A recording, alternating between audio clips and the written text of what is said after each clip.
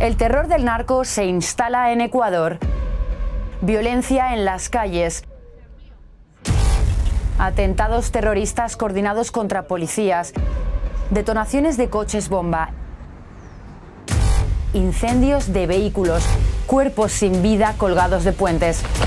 Tiroteos indiscriminados. Y en las cárceles, los sangrientos motines que no cesan.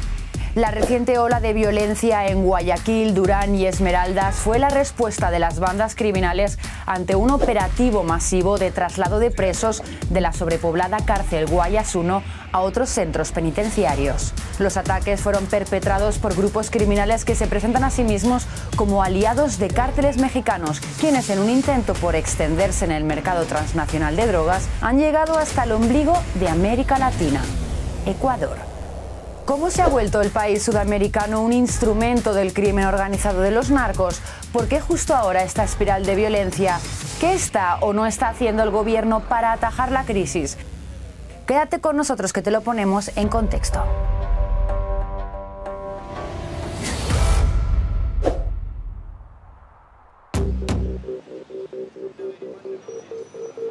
Los recientes ataques en las calles tienen, según expertos, su raíz en las cárceles del país, desde donde se coordinan las actividades delictivas de los aliados de los cárteles mexicanos. Estamos observando que quienes controlan las prisiones en el Ecuador son las organizaciones criminales. Esto lo ha incluso reiterado el último informe de la CIDH, donde es muy claro al decir que existe un total abandono del Estado de los centros de privación de libertad del Ecuador. La SNAI, institución encargada de las cárceles, admitió hace un año la presencia de una guerra narco en el país.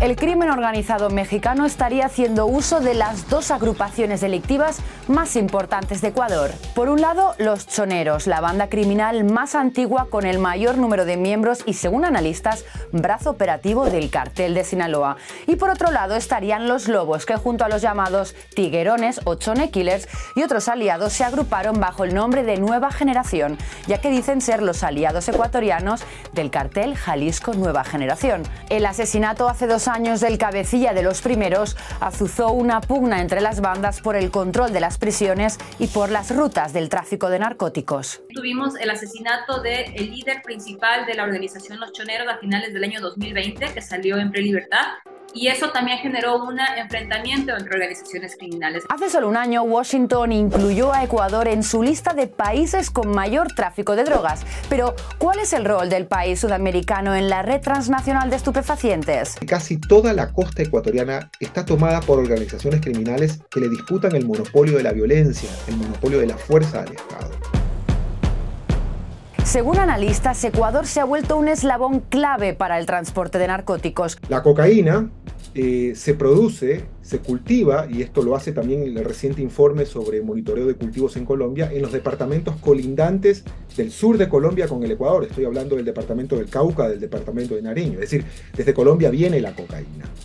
Armas letales, armas de uso militar que han sido encontradas en las cárceles, provienen en gran parte del Perú. Y el dinero viene desde México. Estoy hablando que el surgimiento, la explosión de la violencia en el Ecuador, en este primer escenario sobre el rol del Ecuador en el tráfico internacional de drogas, tiene relación con las bandas criminales y sobre todo con los carteles mexicanos. Según fuentes antinarcóticos ecuatorianas, la droga sale de los puertos, las costas y los aeropuertos del país y de allí se envía a todo el mundo con destino a Estados Unidos, Europa e incluso Asia y Oceanía. Ecuador ha pasado de ser país de tránsito a un centro de distribución de la droga en América Latina. Ese cambio de paradigma se nota en la mayor cantidad decomisada de narcóticos, que el año pasado registró un récord de 210 toneladas, pero también en el aumento de la violencia.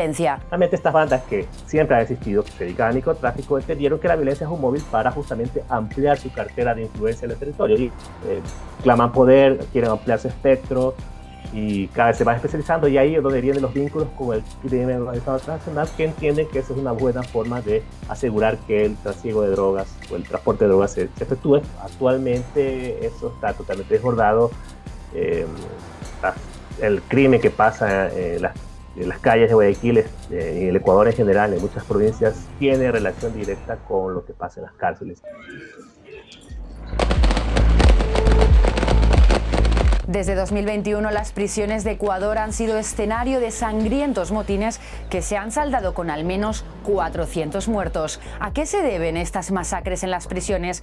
¿Quién controla los centros penitenciarios? Vemos que es un círculo vicioso donde se actúa, pero nuevamente ingresa armamento, nuevamente existen masacres, amotinamientos, y eso es lo que nos da como conclusión pensar un poco que todavía no se han recuperado esos espacios y se continúa a generar solamente reacciones sin abordar los temas de fondo. Precisamente para abordar esta crisis, el Ejecutivo de Lasso ha declarado numerosos estados de excepción y toques de queda. El gobierno insiste en que no se doblegará ante los narcoterroristas y el crimen organizado, pero ¿funciona esta estrategia? Justamente la estrategia que se ha implementado, que es la estrategia de mano dura, la estrategia de mano dura que ha sido demostrada en toda la región que no es una estrategia efectiva, que no es sostenible en el mediano y largo plazo, viene acompañado justamente con este discurso a nivel de ajustar más las penas, ¿no es cierto?, de mayor presencia militar y policial en las calles, pero no aborda lo central, lo de fondo, y no apuesta por la prevención. En el informe de la Comisión Interamericana de Derechos Humanos lanzado a inicios de este año, la organización urge a Ecuador a solventar su crisis carcelaria y pide al país recuperar la institucionalidad.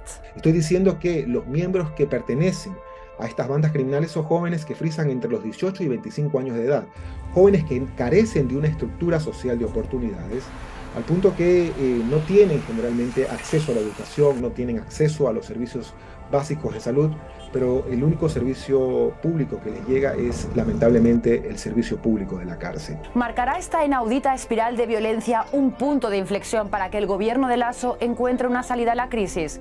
¿Tú qué opinas?